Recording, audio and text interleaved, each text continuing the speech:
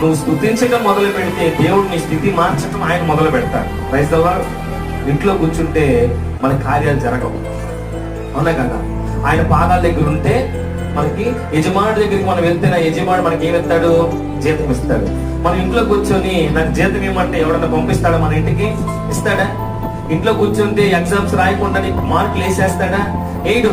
ఎవరెక్కాలని teacher దగ్గరికి పోయి స్కూల్కి పోయి నేర్చుకున్నది అక్కడ రాసుకొని నువ్వేదో కొంచెం కనికిర పడితే నువ్వు కొంచెం సరిగ్గా రాయకపోయినా నువ్వు మంచి ప్రవర్తన కలిగి ఉంటే సార్ ఏం చేస్తాడు? 4 మార్కులు ఎక్కువ వేసి పాస్ చేస్తాడు. Praise the lord.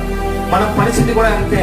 నువ్వు స్తుతించడం అంటే పాటలు పాడే యోగ్యత లేకపోవచ్చు, ఆరాధించే యోగ్యత లేకపోవచ్చు, కానీ నువ్వు కొంచెం ఆయన దగ్గర కనుక స్తుతించి కొంచెం స్థుతులకు నమ్మకంగా ఉంటే పోలే నా బిడ్డ చాలా ఇబ్బంది పడుతుందని చెప్పేసి నిన్నేం చేస్తాడు? 4 మార్కులు ఎక్కువ వేసి నీకు ఆ సమస్య నుంచి బయటికి తీసుకొస్తాడు.